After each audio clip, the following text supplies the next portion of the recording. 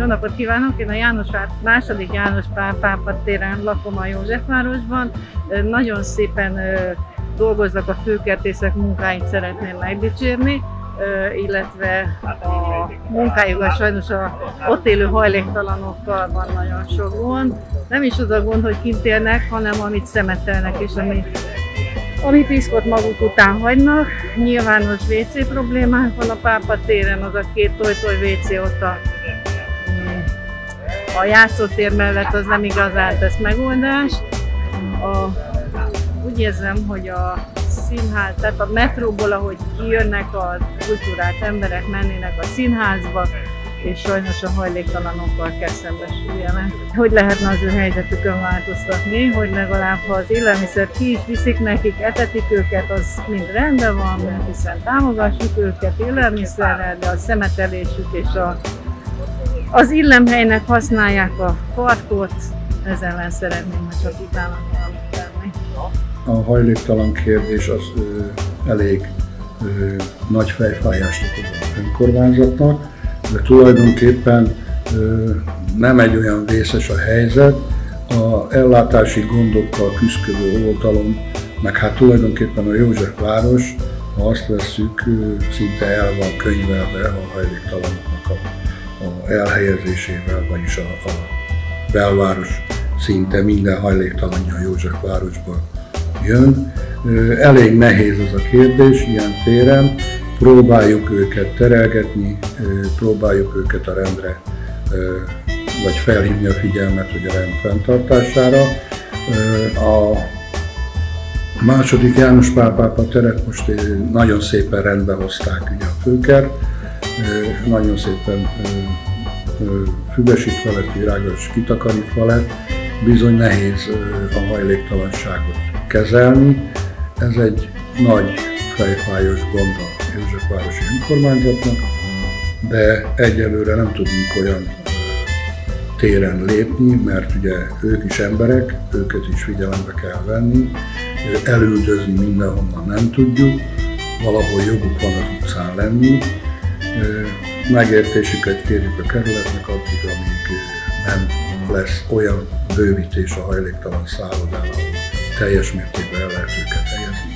Addig tulajdonképpen segíteni kell őket, támogatni kell őket, és azért oda kell figyelni, hogy ők is emberek. Nem lehet teljes mértékben.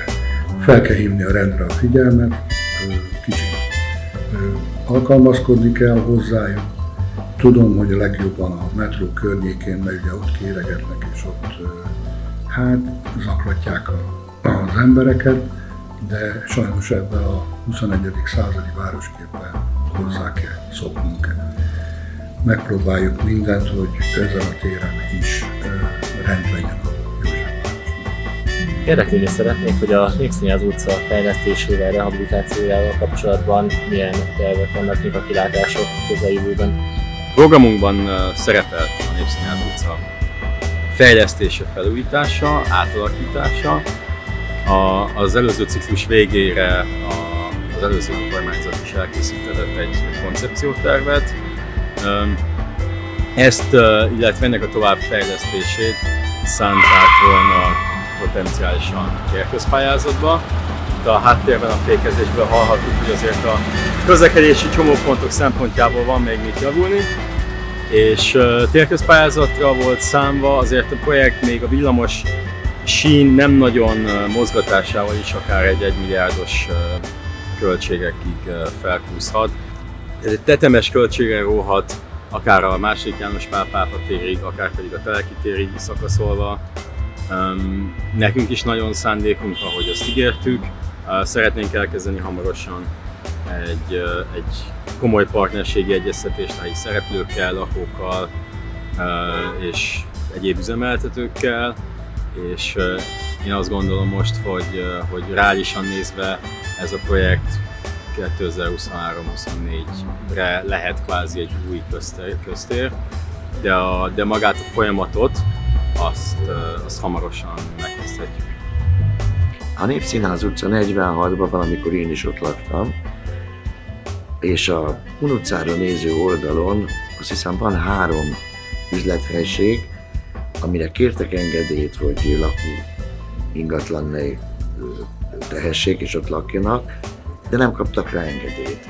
Ezek szépen befejezték, mindegyik, mind a háromban ott laknak emberek engedély nélkül, és nagyon furcsa alakok jönnek is. Állítólag, nem tudom, mert én nem lakom ott, de akik beszéltek erről nekem, azok hiteles emberek a Népszínház utca 46-ban laknak, volt barátaim, mintha droggal is foglalkoznának. Ez nagyon nehéz és tényleg nem bizonyítható, de nyilván ha ellenőriznék többet, hogy miért van olyan nagy forgalom ott esténként, akkor talán kiderülne valami. Hát a lakossági bejelentés alapján, vagyis kérés alapján utána néztünk ennek a Népszínház utca 46-os számú ház lehetőségeinek.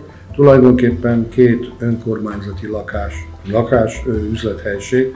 Önkormányzati lakással a 46 nem rendelkezik, csak üzlethelyiséggel, de tulajdonképpen az a két üzlethelység nincs kiadva, zárva van, kiadásra vár, vagy bérlőre vár.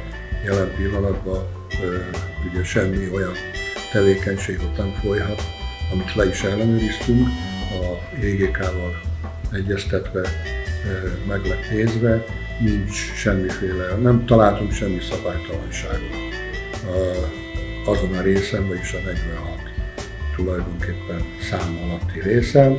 A Kun utcai oldalon olyan üzlethelyiségek, ami nem a önkormányzat tulajdonában vannak, vagy zárva vannak, vagy hát olyan célra használják a tulajdonosok vagy a társaság, ami az ő dolguk. Ha esetleg ott valami problémát látnak, vagy nem tetsző dolgot, vagy éppen törvényellenes dolgot találnak, akkor azt feljelentés alapján a rendőrség tudja kivizsgálni, és ők nézik meg ezeket a tevékenységeket, vagy ellenőrzik, hogy milyen esetleges bűncselekmény valami elkövetett ott a 46